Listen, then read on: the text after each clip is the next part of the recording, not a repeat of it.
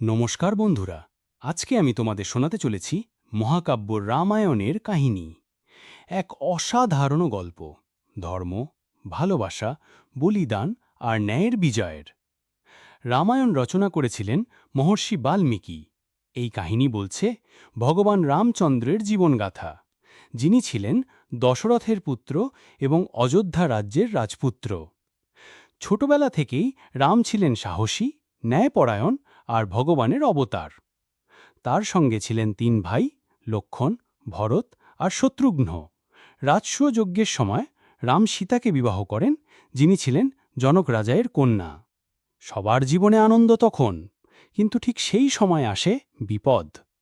রামের সৎ মা কইকেয়ী রাজা দশরথকে রাজনীতি আর প্রতিশ্রুতির চাপে ফেলে পাঠিয়ে দেন রামকে ১৪ বছরের বনবাসে।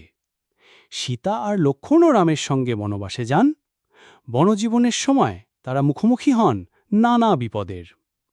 তাদের সবচেয়ে বড় শত্রু ছিল লঙ্কার রাক্ষসরাজ রাবণ, যে সীতাকে হরণ করে নিয়ে যায়। তখন শুরু হয় যুদ্ধের প্রস্তুতি। রাম মিত্র হন বাদররাজ সুগ্রীব আর ভগবান হনুমানের সঙ্গে।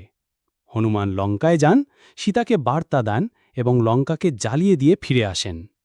তারপর রাম তৈরি করেন সেতুবন্ধ বা রাম সেতু। সমুদ্র পেরিয়ে পৌঁছান লঙ্কায়, হয়ে যায় মহাযুদ্ধ। শেষে রাম রাবণকে বধ করেন।